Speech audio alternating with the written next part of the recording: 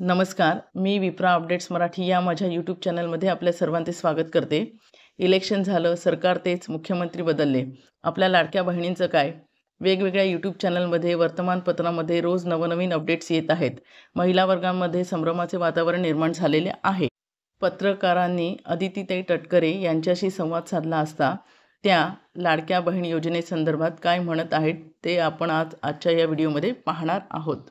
योजनेसंदर्भात कुठल्या प्रकारचे निकष लागले आहेत का हा प्रश्न पत्रकारांनी विचारल्यावर त्या म्हणत आहेत, नाही असं काही नाहीये, कुठलेही निकष लागणार नाहीत। या संदर्भातली भूमिका जी आहे ते राज्याचे मुख्यमंत्री देवेंद्रजी फडणवीस साहेबांनी स्पष्ट केलेले आहेत। त्याच्यामुळे अशा पद्धतीच्या चुकीच्या अफवा पसरवल्या जात आहेत, कुठंतरी मिसकोट केलं जात आहे।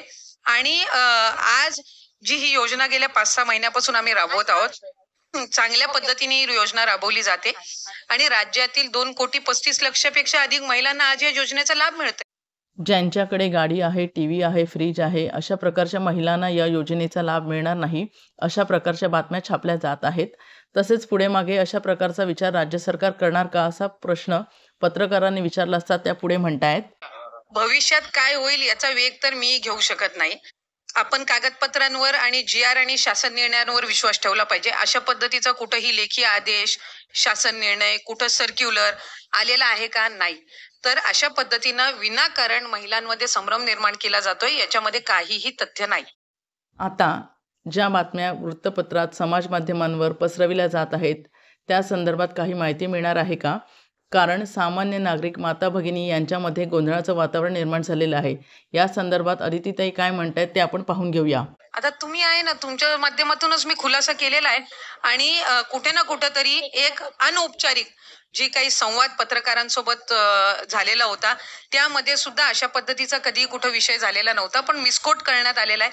खरं तर एक जबाबदार वर्तमानपत्र आहे आणि अशा पद्धतीनं मिसकोट करणं हे चुकीचं आहे। लोकांमध्ये त्याचा वेगळ्या पद्धतीचा संदेश जात असतो आणि मी म्हटल्याप्रमाणे राज्याचे मुख्यमंत्री देवेंद्रजी फडणवीस साहेब यांनी या संदर्भामध्ये लाडकी बहीण योजनेसंदर्भामध्ये भूमिका स्पष्ट केलेली आहे।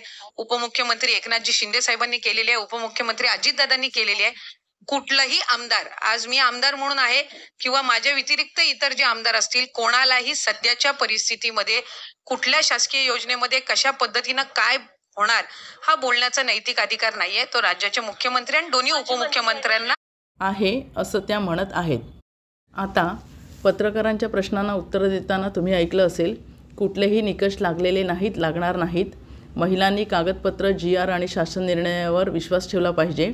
निकष बदलले आहेत किंवा स्क्रुटिनी चालू आहे, अशा प्रकारचा लेखी आदेश, शासन निर्णय, सर्क्युलर निघालेले नाही, असं अदितीताईंनी थोडक्यात स्पष्ट केलेलं आहे। व्हिडिओ आवडल्यास व्हिडिओला लाईक करा आणि हा अत्यंत महत्त्वपूर्ण व्हिडिओ जास्तीत जास्त महिलांना, माता भगिनींना शेअर करा आणि अशाच प्रकारच्या नवनवीन अपडेट्ससाठी माझ्या विप्रा अपडेट्स मराठी या यूट्यूब चॅनलला सबस्क्राईब करा। धन्यवाद।